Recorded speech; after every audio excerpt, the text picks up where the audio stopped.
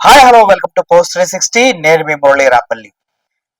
అసలు ఎంత దారుణంగా మాట్లాడుతున్నాడు ఈ కిరణ్ రాయల్ అనే జనసేన పార్టీ నాయకుడు. ఆ మహిళ దగ్గర డబ్బులు తీసుకున్నదే కాకుండా నువ్వు బాండ్ పేపర్లు తీసుకురా, మనం రాసుకున్నామా, నీకు అసలు ప్రూఫ్ ఏముంది అని బెదిరిస్తున్నాడు. ఇలాగా చాలా మంది నమ్మకంతో డబ్బులు ఇచ్చి మోసపోవడం మనం కళ్ళారా చూస్తూ ఉంటాం. కానీ రాజకీయ పార్టీ అండదండలతో బాగా బలిసిన ఇటువంటి కిరణ్ రాయల్ లాంటి వాళ్ళు ఆడపిల్లల జీవితాలతో నిర్దాక్షిణ్యంగా ఆడుకోవడానికి ఏ మాత్రము సంకోచించట్లేదు. దట్టు ఇప్పుడు ఆయన ఏమంటున్నాడు అంటే, నీ బతుకు ఎలా ఉంది, నీ బతుకు అక్కడ ఎలా ఉందో ఇక్కడ ఎలా ఉందో మొత్తం బయటికి తీస్తా అని భయపెడుతూ ఉన్నాడు ఆవిడ. అసలు ఇంత దారుణంగా ఒక వ్యక్తి డబ్బులు తీసుకున్న అవసరం తీరిపోయిన తర్వాత మాట్లాడగలరా అంటే ఎస్, 100% మాట్లాడగలరంటూ ఈ కిరణ్ రాయల్ జనసేన నాయకుడిని చూస్తే మనకు అర్థమైపోతుంది. నా పేరు లక్ష్మి. లైఫ్లో ఒకరు నమ్మి చాలా మోసపోయాను. 1,20,00,000 ఇచ్చాను అతనికి అప్పులు చేసి. అతను నా పిల్లల్ని చంపుతానని బెదిరించి ఎన్నో చేసి కేవలం 30,00,000కి నా దగ్గర బాండ్లు చెక్కులు రాయించాడు.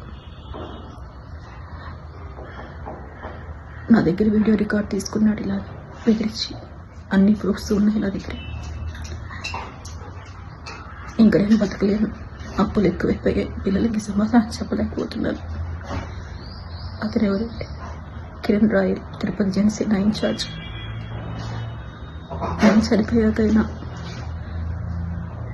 ఆ డబ్బులు నా పిల్లలకి చెందుతాయని ఆశిస్తున్నాను. కేవలం కిరణ్ వల్లే నేను ఈరోజు చనిపోతున్నాను. ఒక్కసారి ప్రజల్ని మోసం చేయడం కోసమైనా మీకు రాజకీయ పదవులు వచ్చేది.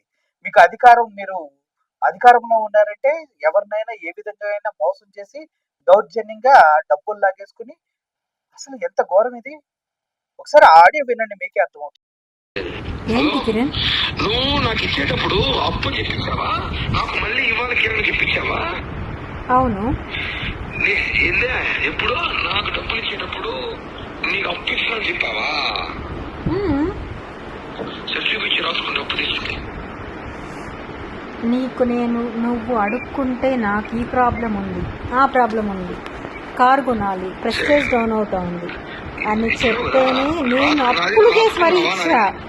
అప్పు నాకు ఇచ్చినప్పుడు నువ్వు రాసుకోవడవా? రాయలేదు కిరణ్, రాయలేదు కిరణ్. నీపై నమ్మకంతో రాయలేదు, కానీ నువ్వు మోసం చేస్తావని తెలియదు కదా కిరణ్ నాకు. మోసం ఎవరు చేసిందే?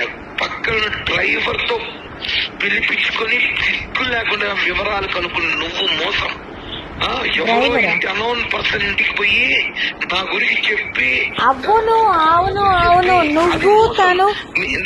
నువ్వు దాంతో కలిపి నన్ను చీట్ చేసావు కిరణ్. అందుకే నేను అలా చేశాను.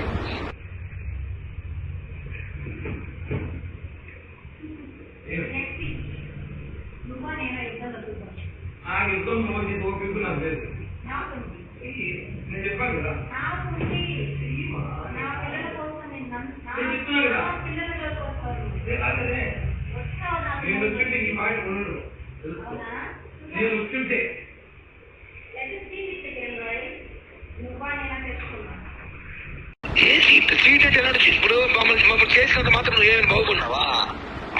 నువ్వేమైనా బాగుపడినావా? సరే, ఇప్పుడు ఇంత ఓవర్ యాక్షన్ తింగినావు, ఈశ్వరం అనుకున్నావు, వాడు ఎవడనుకున్నావు, నేను ఒక్కరిని కొనాల్సిన అవసరం లేదు. నువ్వేమైనా బాగుపడినావు? నేను ఒకరిని కొనాల్సిన అవసరం లేదు కిరణ్. ఇప్పుడు నువ్వేమైనా లక్షణం ఉండవా? నాశనం ఇప్పుడు పెద్ద అప్డేట్ తెలిసేది. నువ్వు ఏం చేస్తావు, నీ ఆఫీస్ ఏమైంది, నీ వ్యాపారం ఏమైంది, నీ మహేష్ వ్యాపారం ఏమైనాయి, నీ లైఫ్ ఏమైంది, ఎవ్రీథింగ్ నాకు తెలుసు. ఇప్పుడు నువ్వే కదా అన్ని చేస్తున్నావు. నీ బెంగళూరులో కేసులు, నీ ముంబైలో కేసులు, హైదరాబాద్ లో కేసులు. దేవుడు ఉన్నాడు. ఇప్పుడు చెప్పు, దేవుడు పనిష్మెంట్ ఇచ్చాడు. దేవుడు ఉన్నాడు నిజంగానే. ఎగ్జాక్ట్లీ, దేవుడు ఉన్నాడు కాబట్టి దేవుడు ఉన్నాడు, పనిష్మెంట్ ఇస్తాడు. ఇప్పుడు ఎవరికి ఇస్తున్నాడు దేవుడు పనిష్మెంట్? రాబోయే కాలంలో ఎవరికి ఇస్తాడు పనిష్మెంట్? కాబోయే కాలము, ఈ వర్షాకాలము, ఎండాకాలము, ఈ సినిమా కాలాలు చాలా చూస్తున్నాడు కిరణ్ రాయలు. 40 సంవత్సరాల్లో చేసిన పాపాలకి దేవుడు ఇప్పుడు ఇమ్మీడియట్ గా. నేనేం పాపాలు చేయలేదు కిరణ్, నేను న్యాయమే చేశా. 6 months లైఫ్ ఎలా ఉందో ఇప్పుడు లైఫ్ ఎలా ఉందో ఒక్కసారి నేను న్యాయమే చేశాను, నేను ఎవ్వరికి అన్యాయం చేయలేదు కిరణ్. 6 months ముందు నీ లైఫ్ ఎలా ఉందో నేను ఎవరిని మోసం చెయ్యలేదు. నువ్వు చేసింది మోసం నన్ను కిరణ్. నువ్వు మాట్లాడద్దు, నీకు మాట్లాడే రైట్సే లేవు అసలు. నేను మోసం చేసి నాశనం అయిపోదు కదా. అవుతావు తొందరలో.